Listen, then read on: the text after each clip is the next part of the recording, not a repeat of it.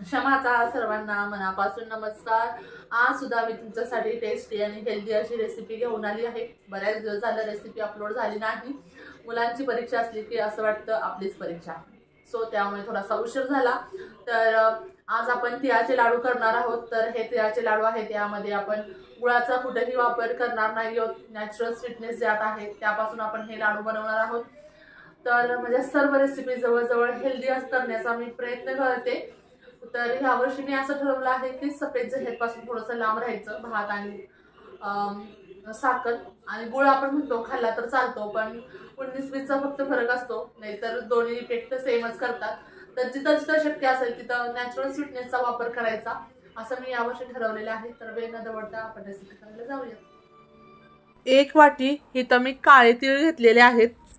तुम्ही हवं असल्यास पांढरे तीळ सुद्धा वापरू शकता, पण रेग्युलरच्या आपल्या जीवनामध्ये आपण काळे तीळ रेग्युलर वापरत नाही, पण पांढऱ्या तिळाच्या तुलनेत काळे तीळ जास्त बेनिफिट आपल्या शरीराला देतात, त्यामुळे मी इथं काळ्या तिळाचा उपयोग केलेला आहे। तर हे जे तीळ आहेत ते मंद गॅसवरती छान असे फुलोस्तोपर्यंत आपण भाजून घ्यायचे। ज्या वेळेला तीळ भाजले जातात त्यावेळेला ते तडतड असे उडतात, सोबतच असे टम्म फुगतात आणि क्रिस्पी होतात। तर तीळ भाजले की नाही हे ओळखण्याची सोपी पद्धत आहे। एकसारखं आपण मंद गॅसवरती हे तीळ हलवत राहायचंय, जेणेकरून एकाच जागी ते करपणार नाहीत। 5 ते 6 मिनिटांमध्ये आपले हे जे तीळ आहेत ते छान असे भाजून तयार होतात। 5 ते 6 मिनिट होत आलेले आहेत आणि आपले तीळ जे आहेत छान असे खरपूस भाजले गेलेले आहेत। मी तुम्हाला हातावरती क्रश करून दाखवते। अगदी छान असे खरपूस तीळ भाजलेले आहेत। आता ते तीळ जे आहेत ते मी एका ताटामध्ये काढून घेतलेत आणि आपला लाडू छान दिसावा त्यासाठी मी अर्धी वाटीला सुद्धा कमी पांढरे तीळ छान असे तव्यावरती परतून घेते। सोबतच मी 25 ग्रॅम डिंक घेतलाय, तो मिक्सरच्या भांड्यामध्ये मी बारीक करून घेणार आहे। तर डिंक वापरणं अगदी ऑप्शनल आहे, फक्त रेग्युलर आहारामध्ये आपण डिंकाचा सुद्धा वापर करत नाही। तर त्यानिमित्तानं मुलांच्या पोटामध्ये डिंक जातो। सोबत आता हिवाळा सुरू आहे, डिंक खाणं आपल्या शरीराला खूप सारं बेनिफिट देतं, त्यामुळे मी डिंकाचा वापर केलेला आहे। आता जे आपले तीळ आहेत ते आपल्याला रवाळ असे बारीक करून घ्यायचे आहेत। मी इथं खलबत्त्यामध्ये करून घेते, पण तुमच्याकडे जर खलबत्ता नसेल किंवा तुमच्याकडे एवढा वेळ नसेल तर तुम्ही मिक्सरच्या भांड्यामध्ये करायचं आहे। फक्त मला मध्ये केल्यामुळे छान टेस्ट येते आपल्या कोणत्याही पदार्थाला, त्याचं ऑइल रिलीज व्हायला मदत होते नॅचरली, त्यामुळे मी इथं खलबत्त्यामध्ये करून घेत आहे। थोडीशी मेहनत लागते, पण अमेझिंग अशी या लाडवाला टेस्ट आलेली होती। तर आता हे मी स्क्रीनवर दिसते या पद्धतीने सर्व तीळ छान असे बारीक करून घेते। आता आपलं हे तिळाचं कूट म्हणा तयार झालेलं आहे, ओबडधोबड असं। पांढरे तीळ आहेत ते मी जास्त बारीक नाही केलं, कारण मला ते लाडवामध्ये असे दिसायला हवेत। आता आपण पॅन गरमच आहे, त्यामध्ये 1 चमचाभर तूप घातले आणि अगदी थोडेसे ड्रायफ्रूट मी यामध्ये परतून घेते तुपावरती।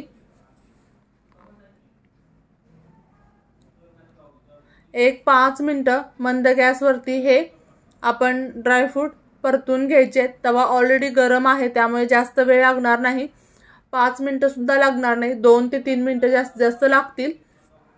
आणि जे ड्रायफ्रूट आहेत ते मी एका प्लेटमध्ये काढून घेते। आता आपण त्याच पॅनमध्ये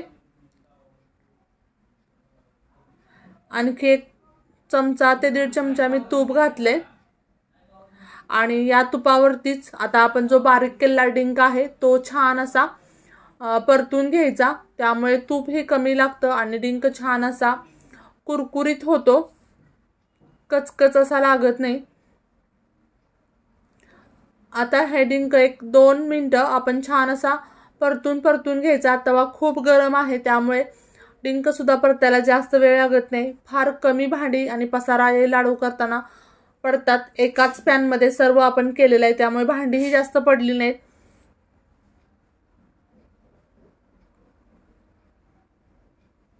मंद गॅसवरती 4 ते 5 मिनिटं ही प्रोसेस करून घ्यायचे, जेणेकरून डिंक कचकच असा लागू नये। आता डिंक तुम्ही बघू शकता छान असा फुललेला आहे। डिंक वापरणं सुद्धा मी सांगितल्या पद्धतीने अगदी ऑप्शनल आहे। आता आपण 1.5 वाटी मी इथं म्हणजे 1.5 कप खजूर घेतलेली आहे, ती आपण छान अशी मिक्स करून घ्यायची डिंकामध्ये। आपण डिंक अगदी काढून ठेवला असता साईडला आणि नंतर खजूर परतली तरी सुद्धा चालते, किंवा मी करते त्या पद्धतीने केली तरी सुद्धा चालते, काहीच हरकत नाही। फक्त आपल्याला छान अशी खजूर मऊ करून घ्यायचे, किंवा स्मूथवाली अशी वेगळी खजूर मिळते ती वापरली तरी सुद्धा काहीच हरकत नाही। आता आपलं हे छान असं मिश्रण तयार झाले। आता हे एका मिक्सरच्या भांड्यामध्ये मी घेते पुन्हा एकदा, आणि एकदा फक्त आपण हे मिक्सरवरती फिरवून घ्यायचे, फक्त 1 मिनिटभर, त्यापेक्षा जास्त नाही। आणि एका बाउलमध्ये मी हे खजूरचं आणि डिंकाचं मिश्रण आहे ते काढून घेते। आता आपण जे तिळाचं कूट केलेलं आहे ते त्या खजूरमध्ये घालायचं। थोडीशी वेलची पूड आणि तुम्हाला आवडत असेल तर जायफळ पूड सुद्धा तुम्ही यामध्ये वापरू शकता। आणि थोडं थोडं करून आपण जे मिश्रण बनवलंय, पूड बनवलेली आहे, ती आपण घालायची खजूरमध्ये आणि व्यवस्थित खजूरचा आणि तिळाचा गोळा तयार करून घ्यायचा। आणि तुम्हाला स्क्रीनवर दिसते अगदी त्या पद्धतीने अगदी इझिली हे लाडू छान असे वळले जातात, कोणत्याही प्रकारचा हाताला चटका नाही, आणि सोबत हेल्दी लाडू तयार होतात। कोणीही खाऊ शकतं, मधुमेहवाले खाऊ शकतात, वेट लॉस करणारे खाऊ शकतात, तुम्हाला यापासून खूप सारे बेनिफिट मिळतात।